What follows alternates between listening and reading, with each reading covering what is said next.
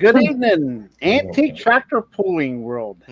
We are live with show number 4 for the MIDSHORE Tractor Pullers. And man, we got a lineup of guests here tonight and possibly one or two more coming on. So I'm going to step out of the way. We're a little late getting started here. And I'm going to go ahead and turn it over to Richard and Olan. And they'll introduce all our guests and take it from there, guys. All right. On the top left, we got our most notorious impure something or other. Yeah. JR. Next to him, we got Bill Hughes and Steve. I can't remember the last. Scott. Sorry, Scott. Scott and Bill. Scott and Bill. They're going to talk to us a little bit about past tractor pulling with Gene Sellers. Back where most of us can't remember at all. And then we have Justin. Justin's here with us from Washington State. I want y'all to know that tractor pulling is alive and well clear across the country. Those that travel have run into Justin at many of the tractor pulls. He's been our announcer, and he'll explain which pulls he's been an announcer at. But he's got a pull coming up, and he'd like to explain his. And you know what? That's all good stuff right there. Then you got Richard and myself at the bottom left. Josh Longmont, White Pine coming up. Tommy Agee going to give us a little bit of overview from Chatham. And we got possible some more guests. We'll see what shows up yet tonight. Right now, I would like to take a few minutes to go back and talk about our roots with Bill and Scott. So, Bill, tell us a little bit about when you met Gene. I think somewhere around early 50s. And Scott, you too. Fill us in. Tell us a little bit how tractor pulling started in the Upper PA territory. You go. You with us? All right. Gene, is the best of my recollection, he went to the National Farmers Machinery Show in Louisville, Kentucky, probably the late 60s. Now, they had local pulls in this area back then, but while he was out there, they said that they're interested in forming a national organization to promote tractor pulling, and anybody that would be interested to meet, somewhere there behind the stage or the bleachers. And he went, and that kind of was the start of the NTPA. He was one of 7 of the founding members of the NTPA. And then they wanted each state to have an organization. So Gene was instrumental in starting the PTPA. He was the very first president for the PTPA. And there's nobody that I know of in this nation that promoted tractor pulling as much as Gene. And what year was that about? Late What 60s, year was that? Probably. Late 60s. There was a bunch of guys from this area, Gene and my dad and a few other guys. I think they went out in 1970 or 71 to the pull there. Yeah, I met Gene in 1974. I was at the local county fair, and he was getting his tractor ready. He's 1066, and I didn't have much to do there, so I helped him put weights on, and that's how I first got to know him. And then a couple years later, we had a local 4-wheel drive pull, and they brought the sled from the Northeast Tractor Pullers store and put on our 4-wheel drive truck pull, and then years went by. I finally got, I guess I traveled with Gene was in about 19,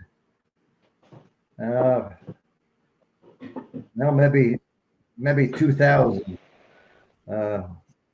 Went to a couple pulls, and then about 2005, we started running together, and we ran together until 2019. That was the last he pulled in the Nationals.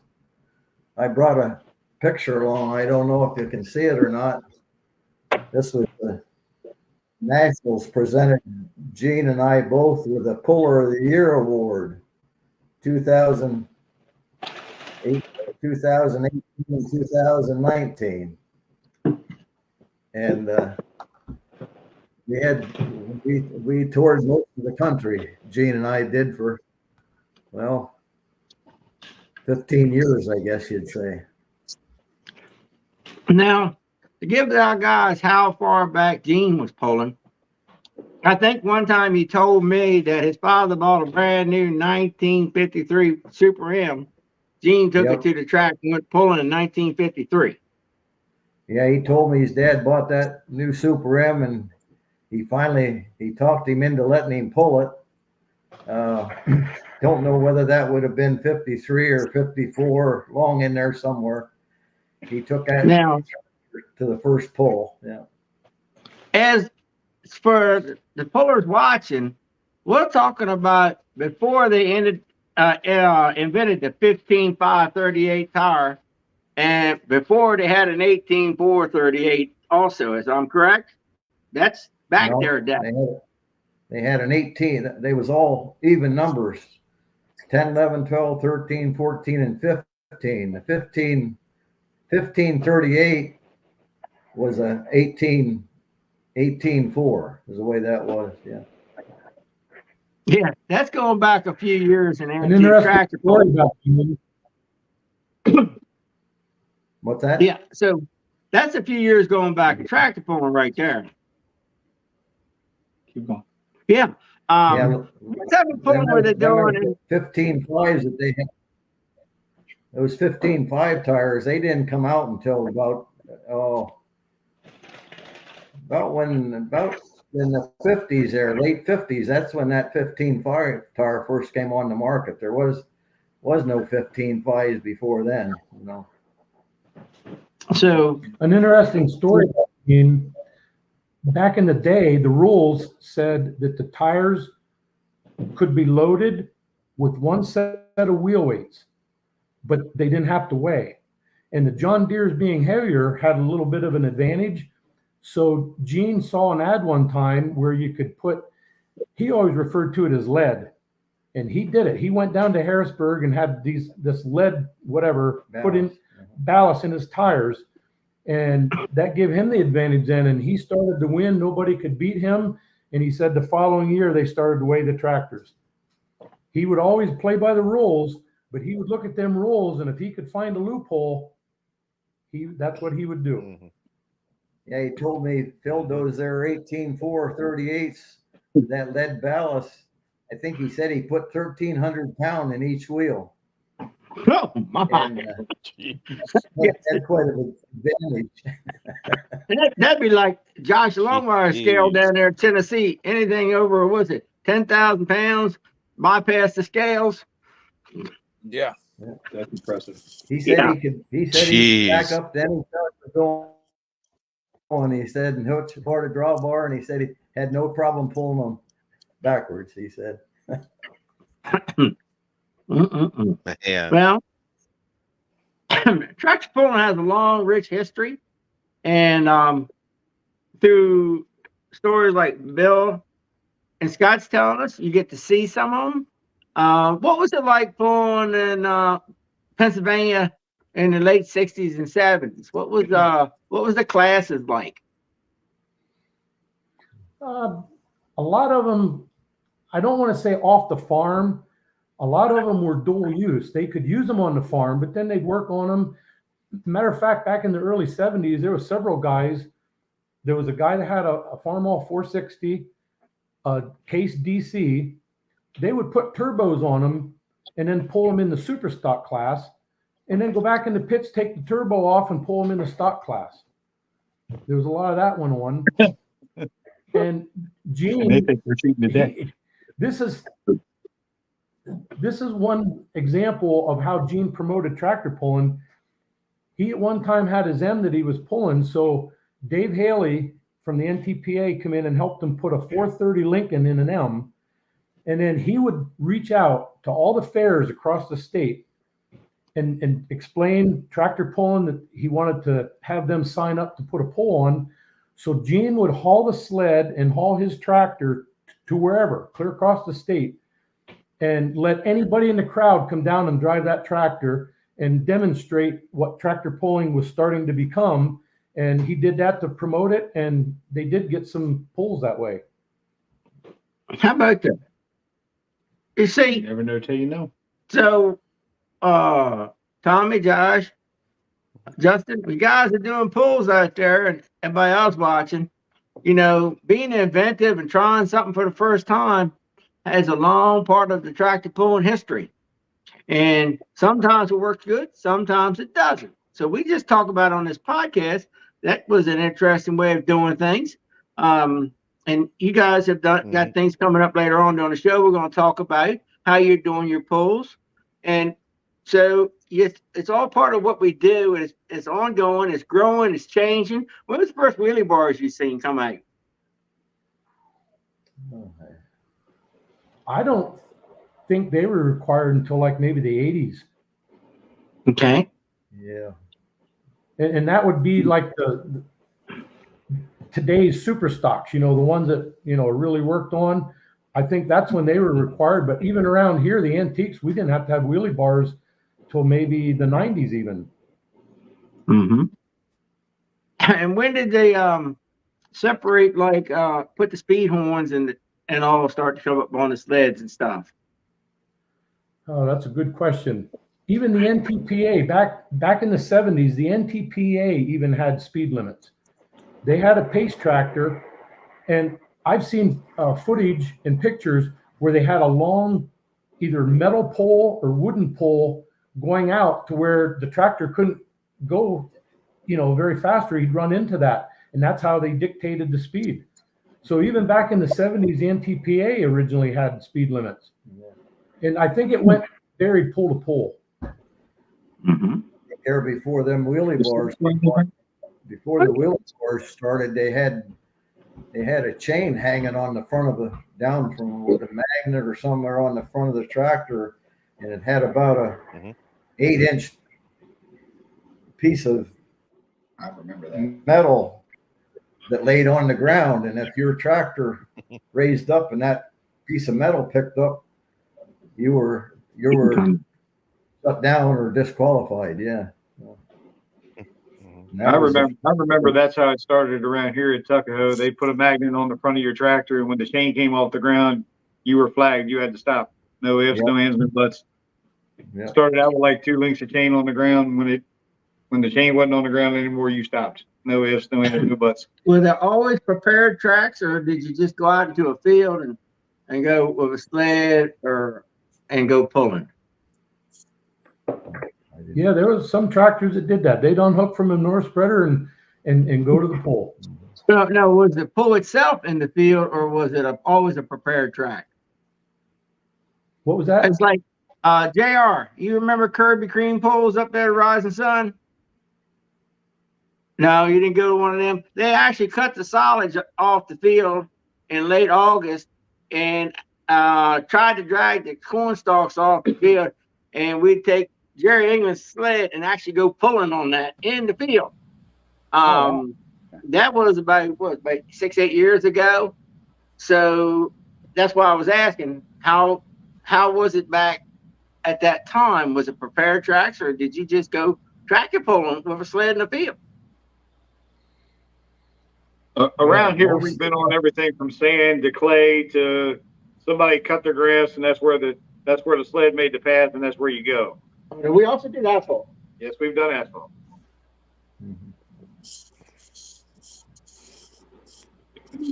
All right. So When did you see the division on small tires and big tires start coming about?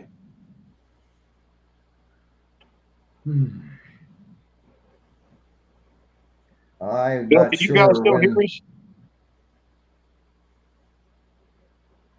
I think when the antiques, you know, they changed the rules constantly. A lot of times they would say that you had to pull, you were allowed 2 sizes over what the tractor come through the factory with. But people would find loopholes because down south they could use rice tires. So then they would, hey, right here, this tire comes through on the, you know, this tractor comes through this size tire, 2 sizes over, so that didn't work. So I think they just went to a standard up to 7,000 pounds. You couldn't pull over 15.5. So Yeah, here locally, they had when we first started, they had different tractors there, you know, like WD 45s and 77s and M's, and couldn't pull below 5,000 pound there. And probably they still should have that rule. They pretty well pushed out the little tractor.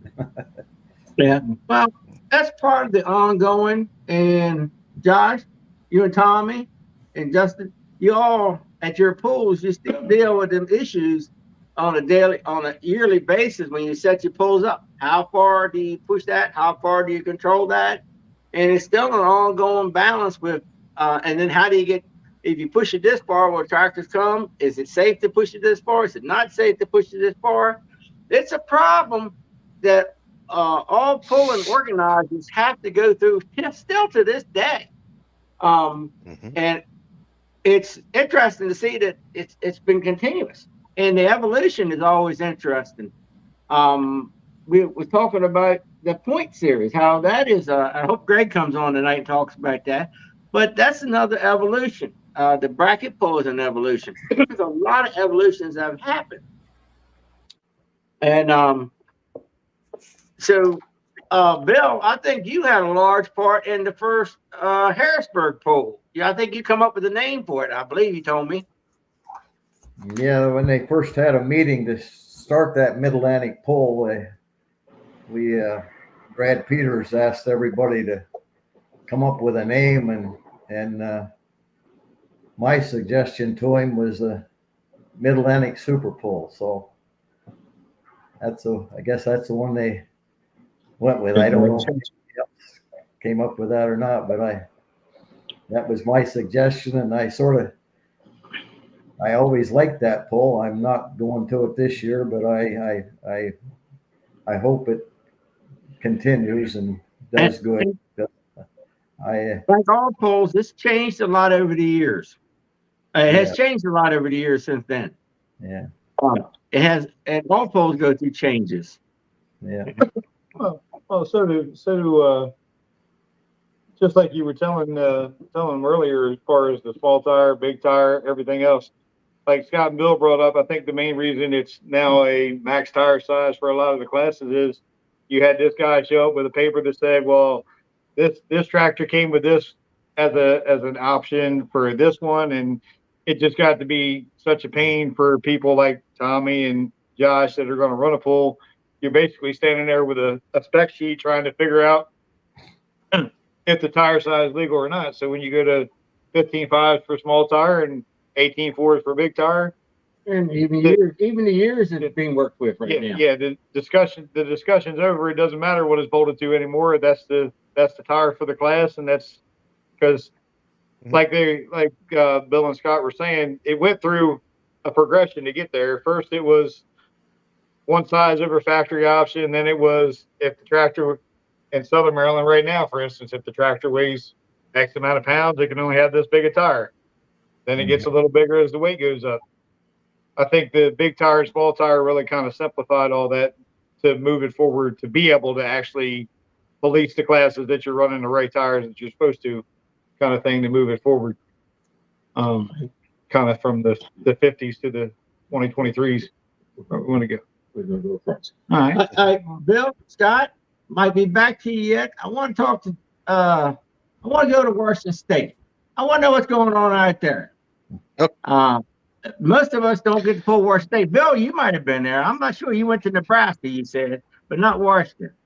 No, I never was out there. The farthest west I ever got was out in Colorado to a national poll in Colorado.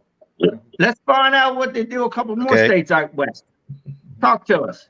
Tell us, Justin.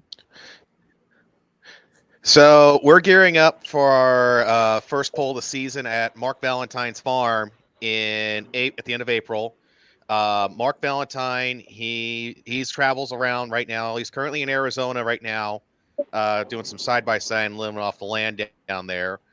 but he'll be back here in Washington the 1st of April, and he'll be getting his sled prepped, ready to go to for his pull at his farm here at the end of April. And then we start. That's our start of our season. So we got pullers from up by the Canadian border that come down to this place. We've got a couple pullers from Oregon. They'll make the trek up. But a lot of us are in the central Puget Sound area, around the water near Seattle and all that. We'll be coming around for that up around there as well.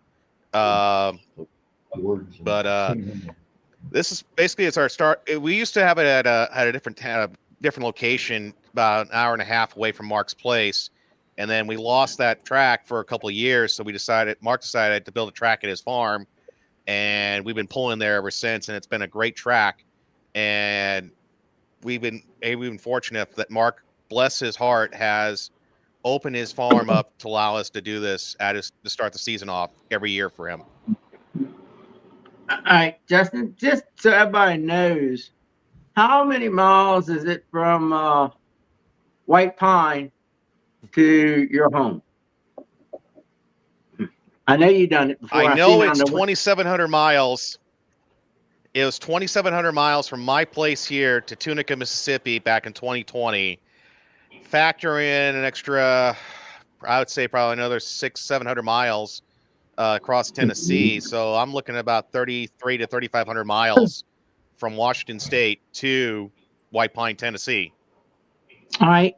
Now, tell me what you see different in your location compared to what you've seen at, say, Tunica and White Pine, where you was announced at both locations. I think it was at Oak Grove probably too, weren't you? Or not? Yes.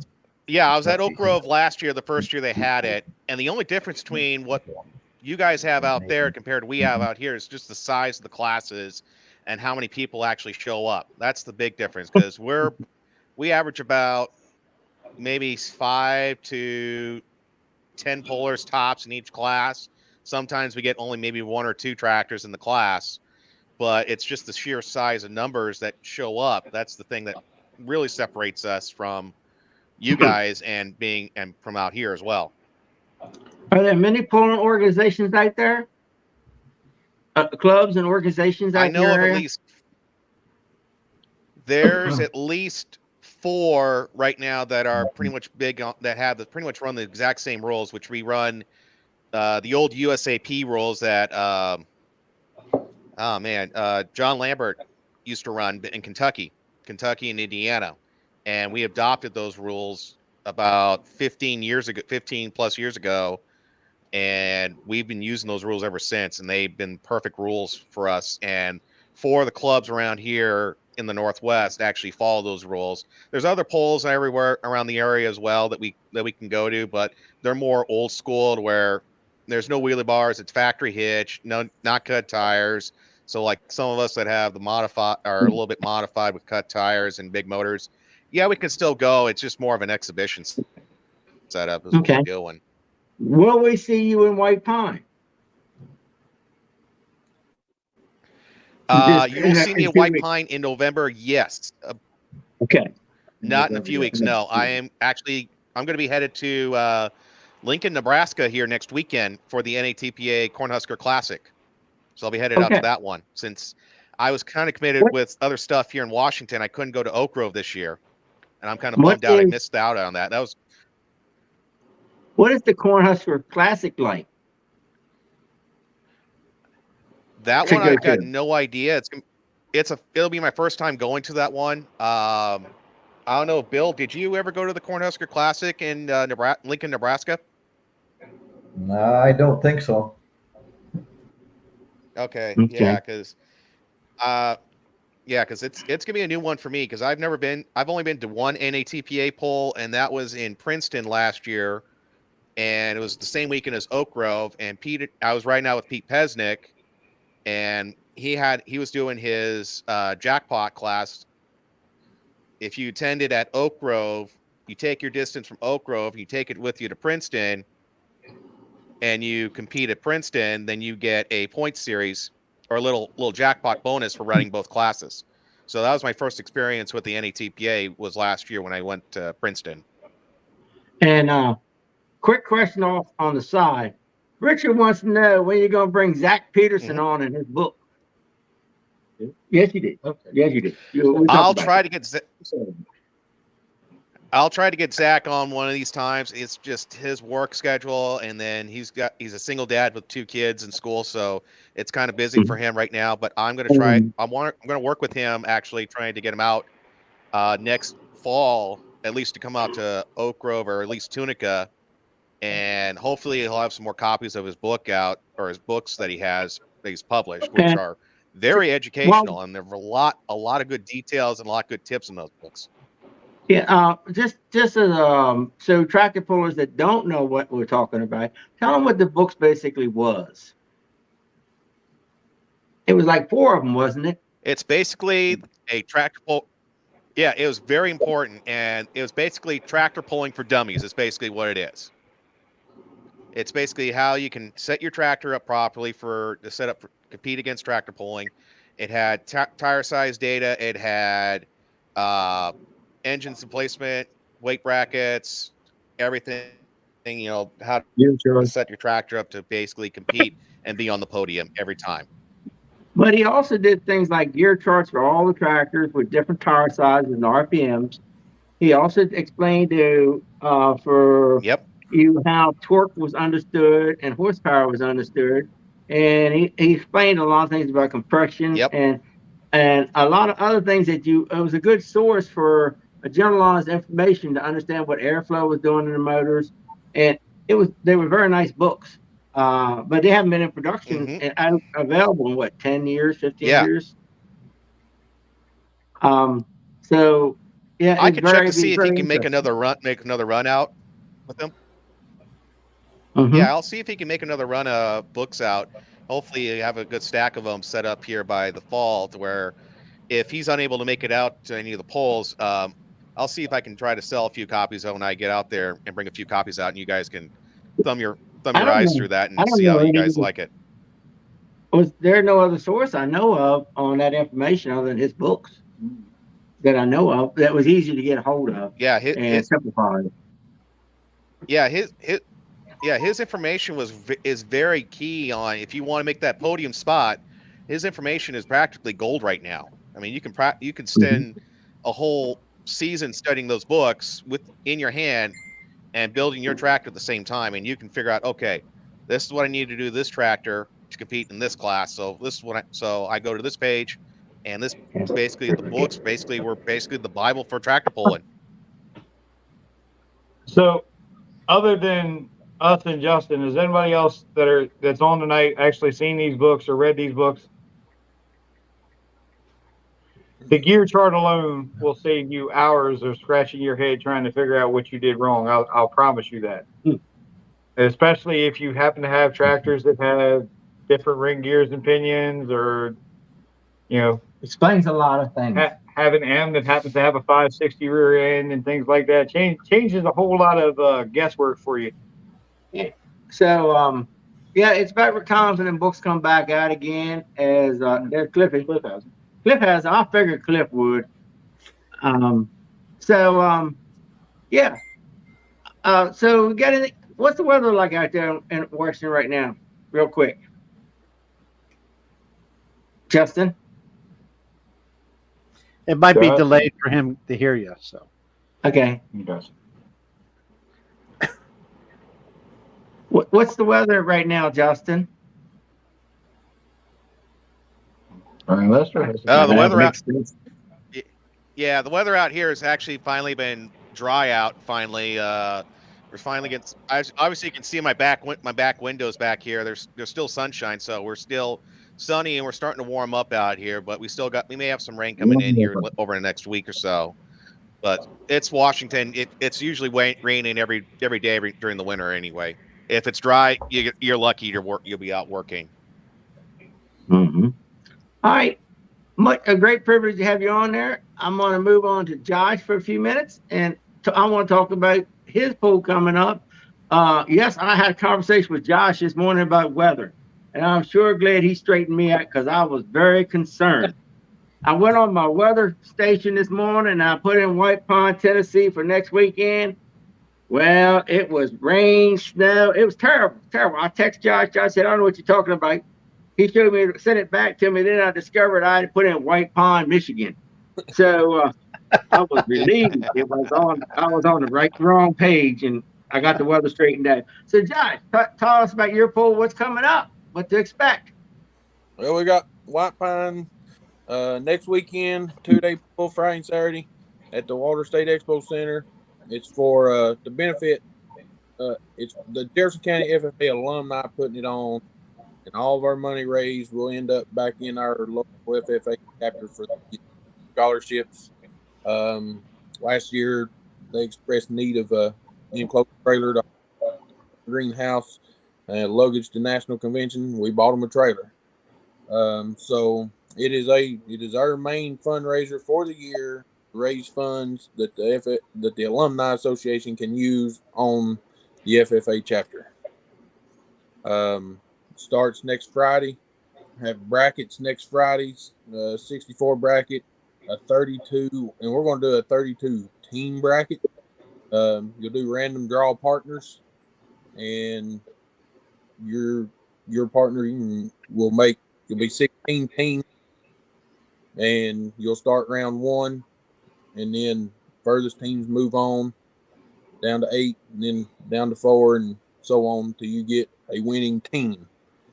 I know Chatham does a team class, and we thought we might bracket to see how it works out. We may not do it next year, but if it goes well, then we may try it again. Your accommodations, are they full up, or there's still some available? I knew you had a special thing set up. I haven't checked last, I don't know, few weeks. I know last time I checked them, there was still plenty of room. But I haven't checked them here lately. All the Best Western. If you're planning on staying out there at X8, get a little better rate on your room for the weekend. All right. When you call, tell them you're coming to the tractor pull to get the rate. All right. So, how you doing on registration? Are having any fun? Having any luck getting tractor pullers to sign up, or they're gonna be last minute? Tommy, you know how that goes. Well, yeah. Right now I think we're at right about 30 total tractors registered. Now there's not that many in the brackets. I think the 32 bracket has 18 in it. So I'm hoping that we have a last minute flood and have some Friday morning. But some of them registrations is like the alcohol tractors and stuff is going to be Friday night. So, but the 32 brackets are a lower half full. But the problem is there's almost that many, and almost everybody is in both brackets. So we still need help in both of them, but especially the 64. So, we would say if you're planning on coming, we would love to see you get on that pre-register just for the brackets and try to get filled up. T-shirts. Okay. So, Josh. Yeah. Why don't you put it out again, just in case anybody hasn't seen your flyers, just as far as the weight, speed, everything for your both bracket pulls, the classes, the flyer, put it all out there so everybody knows what they're coming to. I mean, is the both brackets 5,200 pounds, 5,500 pounds, 6 mile an hour, 4 mile an hour? Tell them what you got going on, man. 64 is going to be 5,250. 6 mile an hour, I think it is, 5 or 6. And the 32 is going to be 4,750.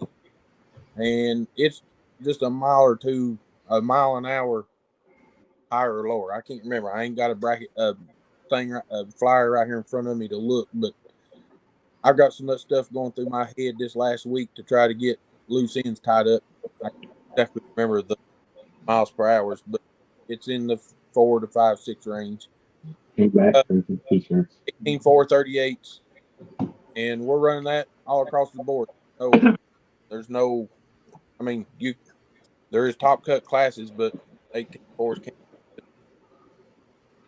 Oh, here we go. We got 5250, 6 mile an hour for the 64, 4750, 5 mile an hour for the 32 team. And then, if time allows, we're going to have a buyback bracket, a 32 tractor buyback bracket. You get put out in the first 2 rounds of either one or the other, but you do not win in one of the other brackets. So you could win in the 64 and get put out in the first round of the 32 team. You would not be eligible for the buyback bracket. But anybody that gets put out in the 2 rounds, either one of the first 2 brackets, if time allows, there is going to be a buyback bracket. So it's going to be a 5,000 pound, 5.5 mile an hour, and it's just going to be a $60 hook. And winner gets paid. Winner gets paid what? $500 if it's a full bracket. $500 if it's a full bracket. Yep. What about the 64 bracket? 64 is first place gets 2,000. We're paying 4 places: 2,000 to first, 1,000 to second, 500 to third, and 250 to fourth. And then the team bracket is the first place team splits 1,200, second place team splits 700, and those are also subject to a full bracket. Understood. So after the bracket pulls for the rest of your classes for the weekend, what's the payback? What's the payback schedule for that? Just so everybody knows, and hook fees for that matter, so everybody knows what they're getting into. $30 hook fees, 50% paybacks, all through the weekend. All right. Will you have a souvenir trailer where you can buy hats, T-shirts, those type things, or? Yes, we have a guy that makes us T-shirts. He will be there. And there's we got a couple vendors that have some stuff of their own that I think they're going to sell. But as far as our stuff goes, it'll just be T-shirts. Sounds like a plan. I gotta get Richard past the Chrome shop across the street first to get the T-shirt. It'd be all right. You'll be all right. I like Chrome and Lights. What do you want me to tell you, man? Okay. And go to the Chrome Shack because they sponsored us this year. So go see them while you're down. Chrome Lights and loud pipes. So Yeah, they're all right there. What do you want me to tell Right you? there across the street. Oh, ouch. Ouch. They do come in 1/16 scale. I probably have one. Anyway, Josh, anything else you want to tell us about your pool? I mean, obviously, I get drugged to that one whether I want to or not. So, It's good for them. Growth enhancement. Yeah, we just hope to see everybody. We'd like to have a good turnout. This is our first year of going and we'd like to see a good turnout, like to see full brackets. So I'd like to hope to see anybody that's willing to come. We'd like to have you. If you've seen a flyer that ain't been changed, I will say the 10,000 plus. Olan, you ain't gonna get to see them bypass the scales. The facility shut that down. We ain't gonna be able to pull them tractors this year. Oh my! So the 10,000 plus hot farm class will not be pulling. But there's them little trucks and all that stuff will be there, right? Yeah, and we've actually think probably if all of them show up, from what I've been hearing, we may have about good a class of 6,200 light limited alcohols as we had in the 10,000 plus class last year. Oh my! So we get to chill after we're done. Oh, well, he fills the bleachers. Oh. And with people watching, it's a big show to stay late on Friday. Was it Saturday night or Friday it was night? Saturday night last year because we only done one day, but this year the trucks are going to pull Friday. Now the alcohol tractors, they're going to pull both days. We're going to let the 10,000 hot farm class pull both days. And now that we can't do them, we told the 6,200s they could pull both days. Mm-hmm. So it'll be pretty lively in there. In other words, that track team is going to have their hands full. They're going to be working. Track team going to be working. Yeah, we will. Yeah. So it's going to be a good time down there. I'm looking forward to it. And if you check with Bill and you check with Justin and Scott, traveling is a good experience for a tractor puller to do. What I hear. You guys want to tell Richard traveling's good experience for a minute? What's he saying? Bill. Yeah, I mean, traveling's coming from good for Richard, Washington, isn't it? traveling to all the polls back there. Yeah. Good for him. I think that's as good Yeah, as time just- as Tommy. All right, moving on. All right, Tommy boy, your turn. Tell us what you learned and what you see coming. He learned to go absolutely last. He gives him. Get That's was what he it did. Ride Richard's shirt tail or He said, "Oh, I just give you a safe place to get to. I thought he laid an awesome hook down myself. he did. I watched it." Last hook of the night, Tommy cleaned the house. Go Yeah, ahead. yeah. I want to pull behind Richard from now on. That's for sure. Was it Richard or LW on? Whoa! Gosh, hush. I couldn't tell. Boy. Look, No, we, I killed 6 deers. One got by. What do you want Well, to say? there was a What did big I- deer bird. What did I miss, Tommy? This sounds like a good R2 story. What did I miss? Oh, it is. Oh, But I'm not telling him. He can't. Oh God. Well, the last class of the night was a 62.58 mile an hour, and I think Richard was the he was the third to last puller in the class, and I was the last puller of the night, and I got lucky. I And- wouldn't call it lucky. I thought you laid an awesome hook. I think that was a hell of a hook. I'm You not didn't calling get it lucky. That was a hell of a hook. You didn't get lucky. That was a hell of You a went hook. with a John Deere, right? He drove it well. Whoa. Hush. There was all John Deere's until I pulled, and then they were all behind me. And then it had to be Tom. But At anyway, least It it was was a big Tom. deer hook. It was a big deer hook. Yeah. if JJ's watching, he'll tell you all about it. I wasn't there. Not that one. No, JJ Kinsey. JJ Kinsey.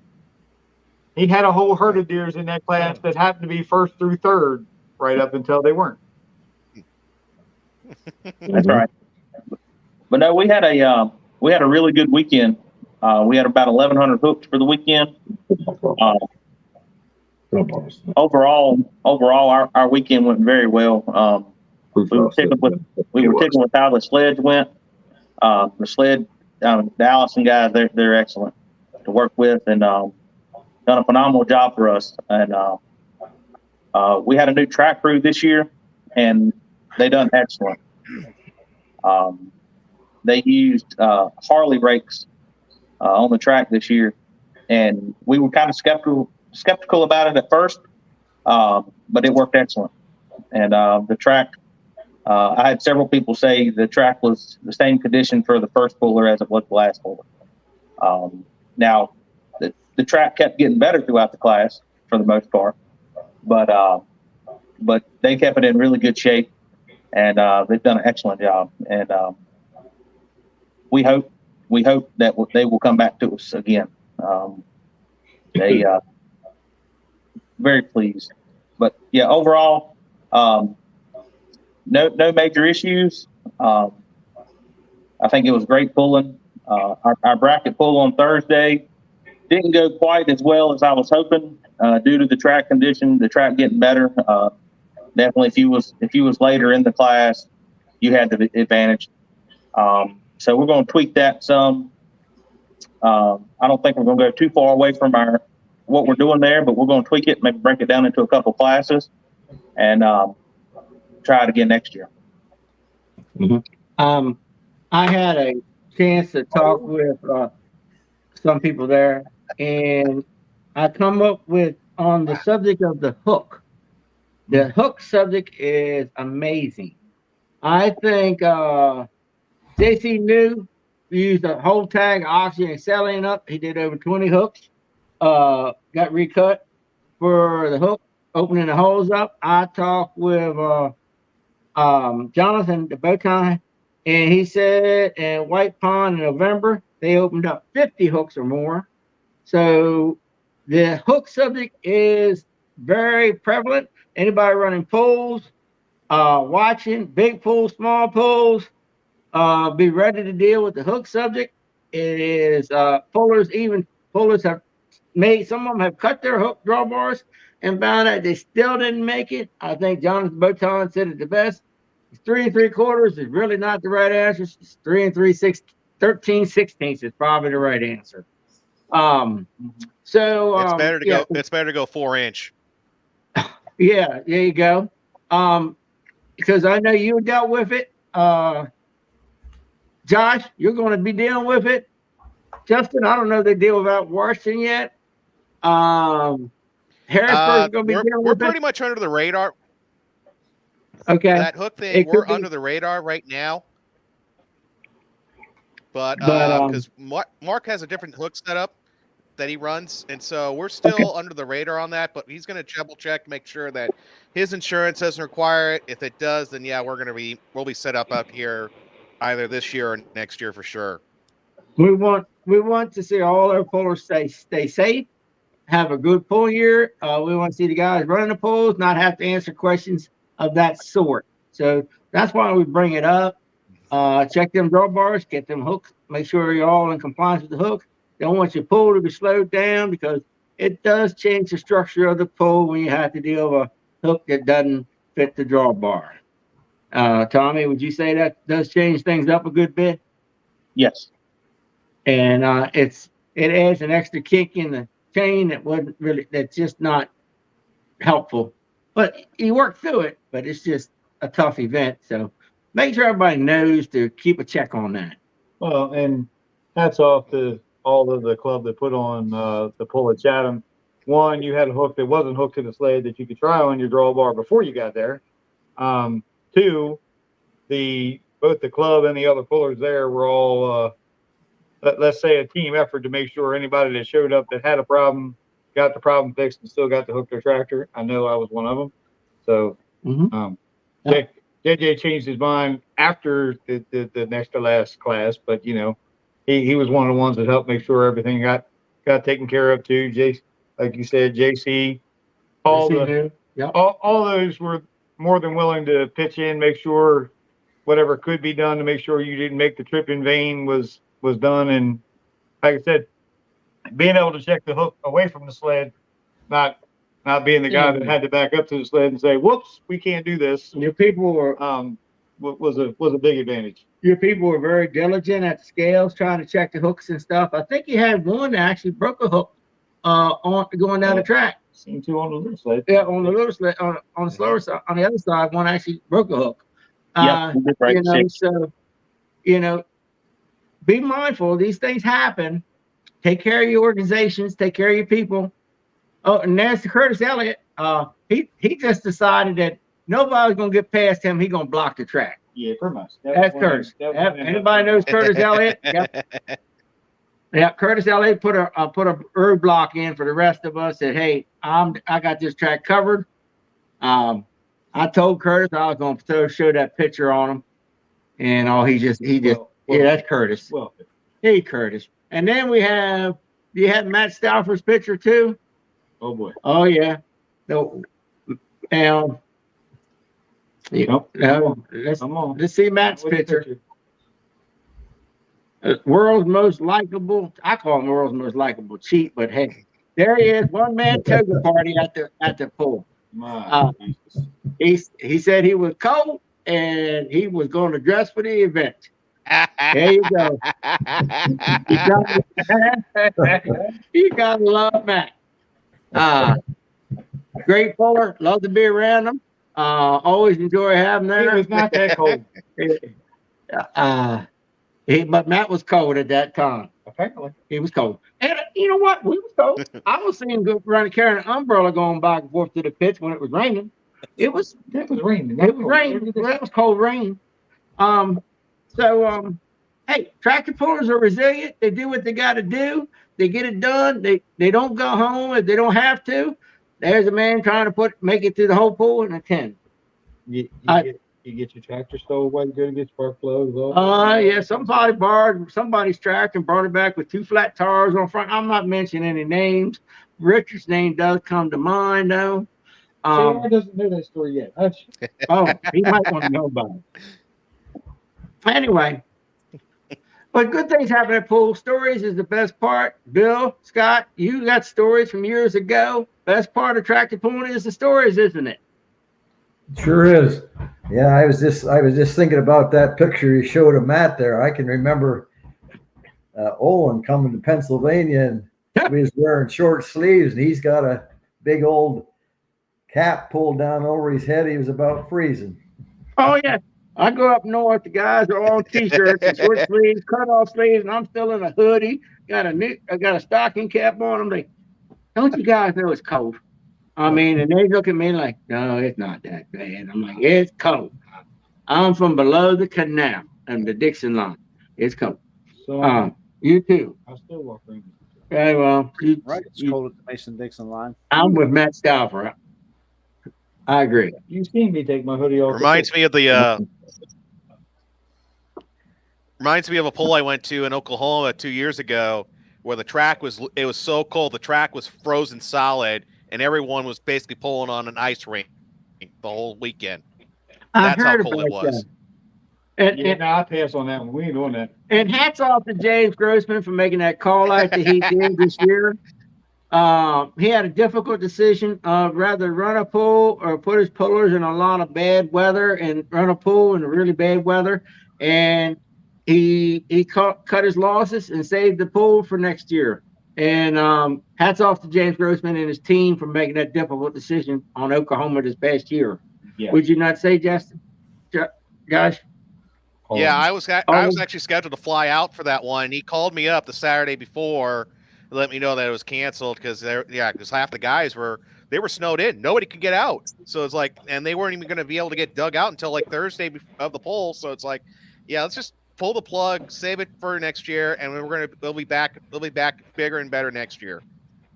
So always thank you promoters. They're going through a lot of questions. They got a lot of things going on to answer. They got to make decisions. And sometimes, it's not easy being them. So always reach out to you guys that run polls and other polls that's not on here right now. Reach out to your promoters. Thank them for their efforts. It's a tough job. And guys running organizations and local community polls and stuff, hey, good job. Keep it up. It's the grassroots of tractor pulling. Tommy, how many hooks did you end up having in 3 days? Right at 1,100. That's a lot of track work. That's a lot of registration work. That's a lot of hooking, hooking and unhooking a lot of tractors. Yep. It beats 1,800 in Oak Grove. We have a great crew, and like I say, I can't take the credit for all of it for sure. We have a great team, and a lot of us put a lot of long hours in that week, and but at the end of it, it was we was very thankful when it was over with. Mm-hmm. But that does mean you're still on for next year, right? You still ready to go? Mm-hmm. We hope so. All right. We wanted to talk. We mentioned Harrisburg is coming up at the same time as Josh as a poll. For those in Pennsylvania that can't make it to White Pine and staying local, Harrisburg got one coming on Mid-Atlantic. Reach out to Don Hilkert. He would have been on tonight, but he's not feeling well. He's under the weather, got cold, I believe. I'm not sure. But anyway, we actually have Nicole. Oh, I'm not interrupt you. Nicole's here. She might have a couple tidbits of information. Well, Nicole, show up. I want to talk about points, but let's go with Nicole. Let's hear what Nicole has to tell us because she showed up. I always like to hear Nicole's. What do you guys need to know about Harrisburg? I have some info for it.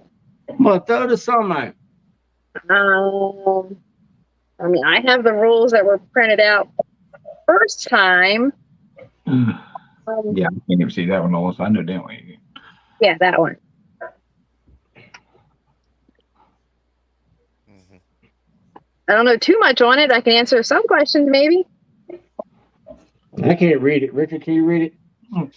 I can't read it. As big as it is. Sorry. What is the main questions that you think need to be answered, Nicole? I know they're doing 4 hooks, like 4 regular hooks and 1 jackpot allowed, or 3 regular hooks and 2 jackpots allowed each day. I know that one. And so the best thing is, if you got questions, text Ray Kaufman or Don Hooker? Don Helper on the flyer, right? Do you want me to read what's on the flyer real quick? It'd probably be the best thing to do real quick. Yeah, March We'll probably 22nd, 23rd. Registration starts at 6 a.m. Polling starts at 8 a.m. And it's $35 per hook, $50 jackpot class. No refunds on any class after registered. 4 hooks per day plus 1 special hook. $20 membership, insurance, parking fee, et cetera, et cetera. Friday's classes are no average on weight classes, no payback class with less than 5 entries. They're like 3.5 non-cut, 35, 37.50, 45, 55, 65, 6,500 big tires, 7,500, 8,500, and 9,500. Then you got a 4 mile per hour, 35, 37.50, 45, 55, 65, and 75, 6 mile per hour, 35, 30, basically the same weights up through beyond 7,500. You'll be at 85 and 95. 8 mile per hour is 37.50, 47.50, 57.50, 67.50, and 15 mile per hour, 35, 45, and 5,500 pounds. Yeah. Right. Okay. So It says jackpot class will be posted separately, and Saturday you're basically right back at it again. It looks like with the same weights and mile per hour. okay, and I think there's some. Contact Ray Kaufman or Don Hilker. I think there's some parking and insurance things along the way that you're gonna be dealing with. Nicole, do you know anything about that? I know that you have to pay to park. It's all credit card, no cash. I don't know what the parking fee is. 20, I believe. It's Okay. the whole deal, the way the building's working it out, because the crew that I used to work with at Keystone have the same issue with the garden tractors pulling there this weekend. They have to have it's a $20 fee to park. What I say else wise was insurance. You gotta have an armband, all that good stuff. Yeah, they're handing out. That's the Risk building payment. complex. That's Pennsylvania Farm Show Complex charges. That has nothing to do with any of the pulling bodies. That's Yeah. Just FYI, pullers, be prepared to deal with that when you go there. That's just Pennsylvania. That's the facility. Harrisburg rules. Yep. So, but don't want nobody to be blindsided, and don't want to think that your cash is going to get you in the parking lot, because it's not. Or have your card with you. There is no cash for food, no cash for drinks, no cash for nothing. It's all Except for pulling, I think. Yeah. And- that's different because you're not dealing with the building complex then. But Okay. anything to do with food, beverages, the food vendors, anything there is now they'll have a machine there that you can put cash in and get a card, but it will charge you a service fee. I don't know how much it is. Of course, they get you. But yeah, just bring a credit card if you have one, or a bank card, probably just as well. So yeah. So you guys going up there, hey, do the best you can with it. That's what it is. I want to make a quick note about the PA Traveling Points series. I understand they've reached 30 tractors. That's coming up. Yet the payouts have went up some. It's on Facebook. They have some really nice prizes on there. They also have some other prizes down in the pulling order to be handed out. And yep, there's some list of names there. So keep checking on the page for the latest updates. If you haven't registered your tractor, the closing dates is coming. I'm not sure what it is, but let's get it done. The closing date. The closing date is. I'm sorry. The closing date, when you go to their Facebook page where this is listed, this driver's list, there is an April date, I believe, listed there. I think it's April or something like that. But there is. I'm assuming that was the date that's cut off. Yep. So, and they list another section. They list the prizes and the payouts and stuff like that they got going on.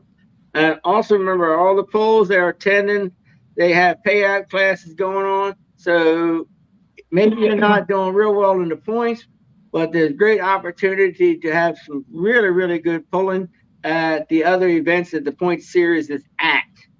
And the home tracks where these pools are gearing up to have phenomenal pulls while you're there doing these point series.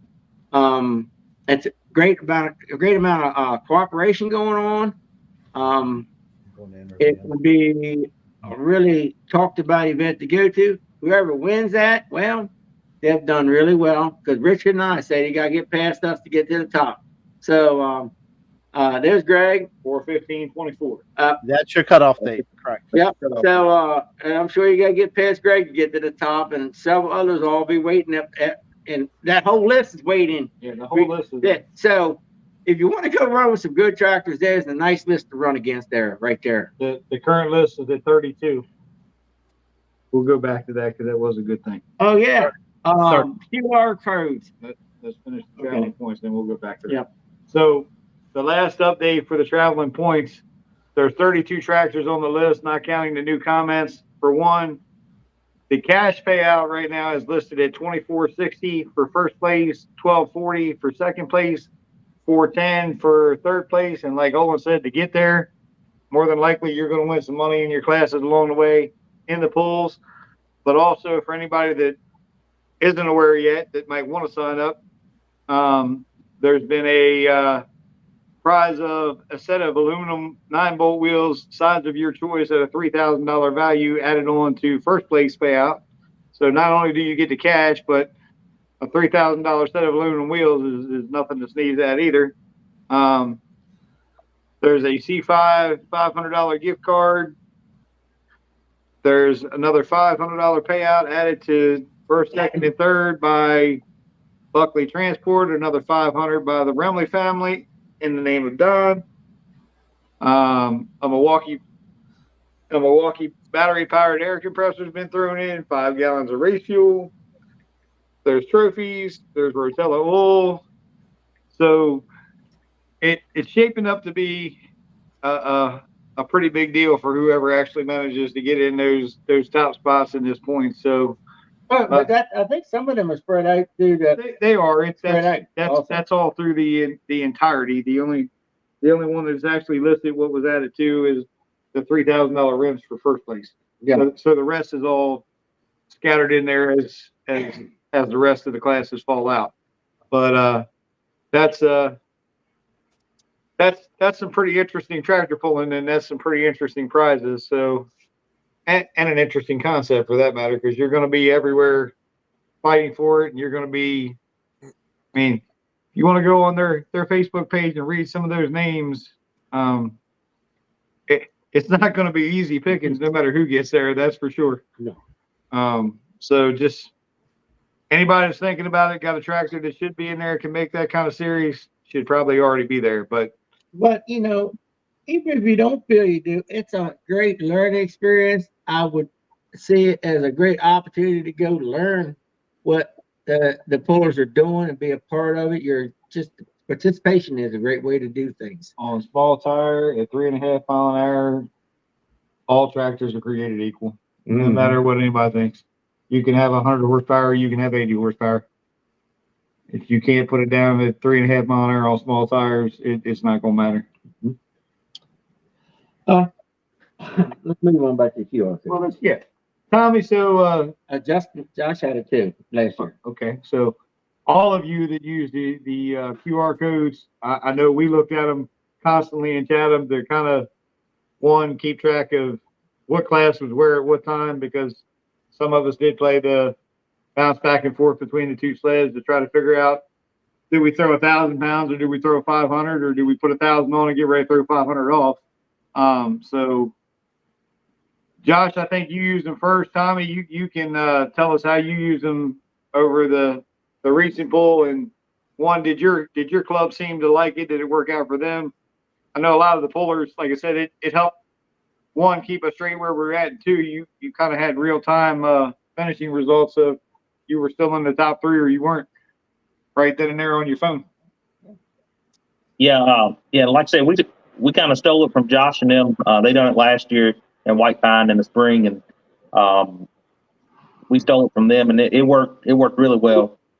We had a lot of good compliments on it, and like I said, it was easy. You can pull out your phone and keep up with where we're at. We actually had people.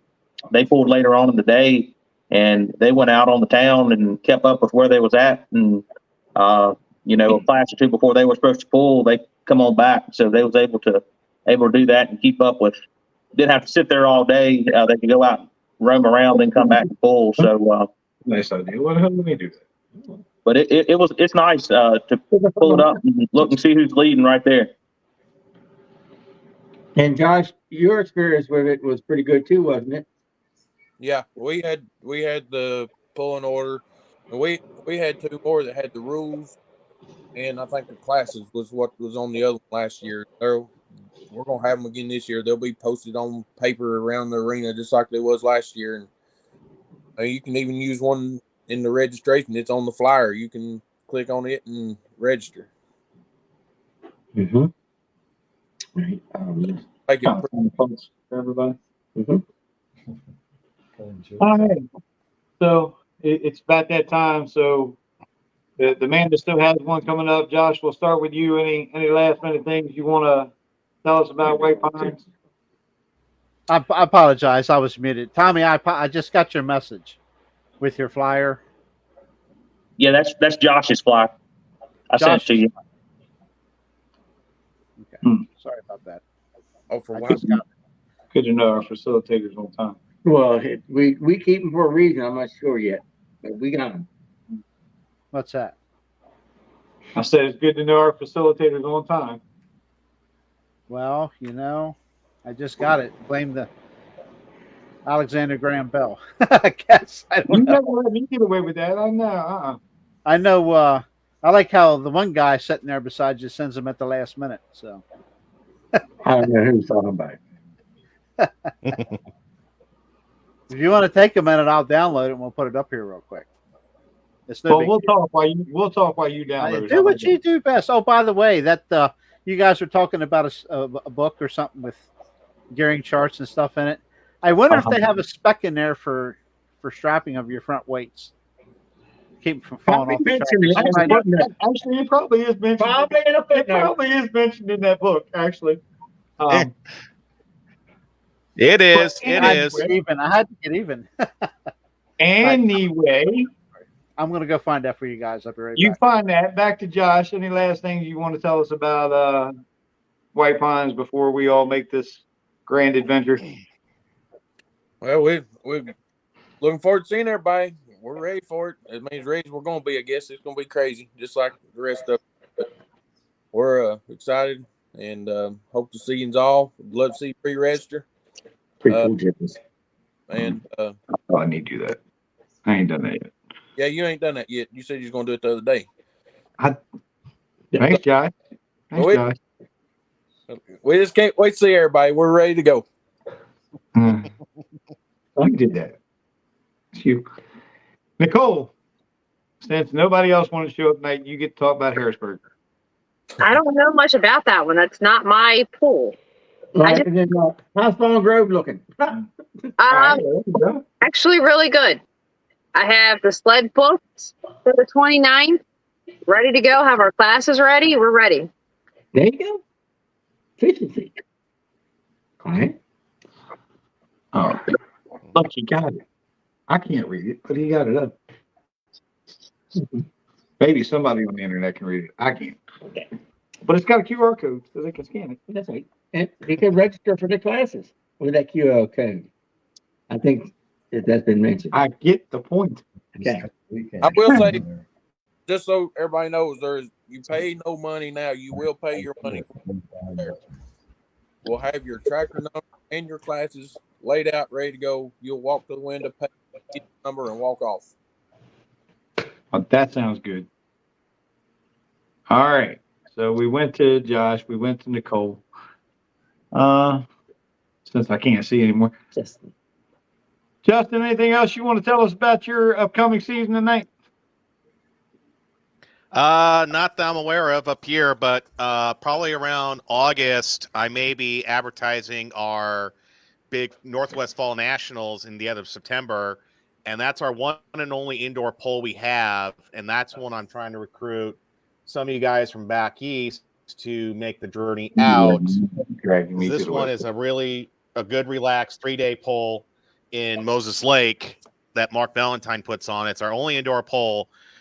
We do our King of the Hills special classes on Friday, and then we go into our normal classes on Saturday and Sunday.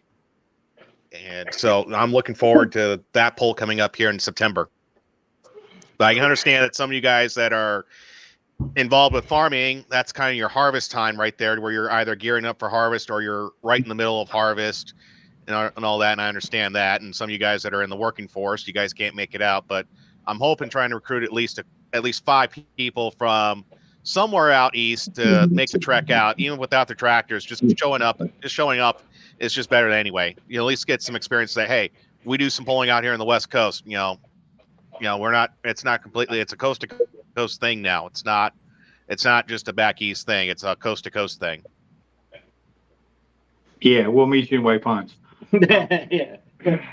Keep us informed. We'd like to know what's going on.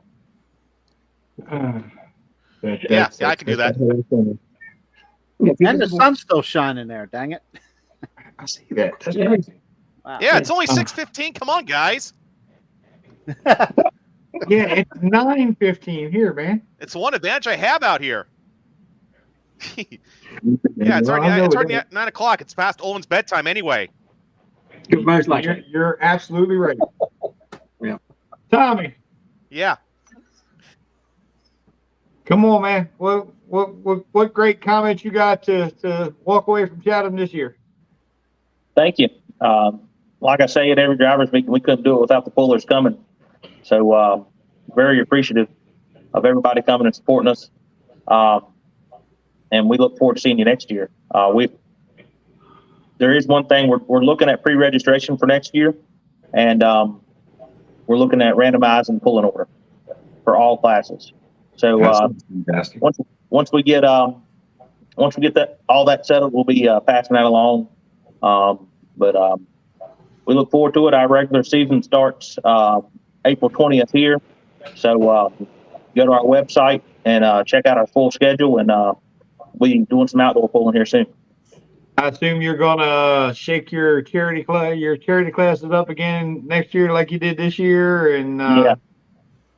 I guess we have to wait and see what new wrinkle you throw into it coming into next year. That's right. Mm-hmm. Sounds like a plan. So, let's hear one more memory from the past before JR takes us out of here and puts us all to bed because Olin's getting sleepy. So, Bill and Scott, last thoughts? Anything you want to share? I just wanted to say that Scott here is the one that's pulling Gene Sellers' tractor that he pulled in the Nationals. Scott's you give that to Scott, and Scott's running out here local right now. So Gene's tractor is still being used. There you go. Yep. Hey, Scott, looking forward to seeing you in person. Scott, Right. and pull up north. Okay. All right. I look forward to it. All right. Hopefully, Scott, this year you can bring that tractor down to White Pine in November. That would be. I'll try. When Gene owned it, we were down maybe 4 years ago, and I pulled it for him down there. So I've been there before. Okay. Yeah, I was there too, and they was getting Gene's tractor ready, and I had my tractor all loaded up weight-wise, and I went out to get it. It was my turn to pull, and went in on the scales, and I was 400-pound light. Here they took the weights off of mine and put it on Gene. So Boy, that'd be. I remember. I had to do a little hurry in there. It made a good story, but not for at the moment. No, I remember those days. I do remember those days. All right, JR, you've been semi-quiet all night. You got anything you want to share? Polar bear fell on me.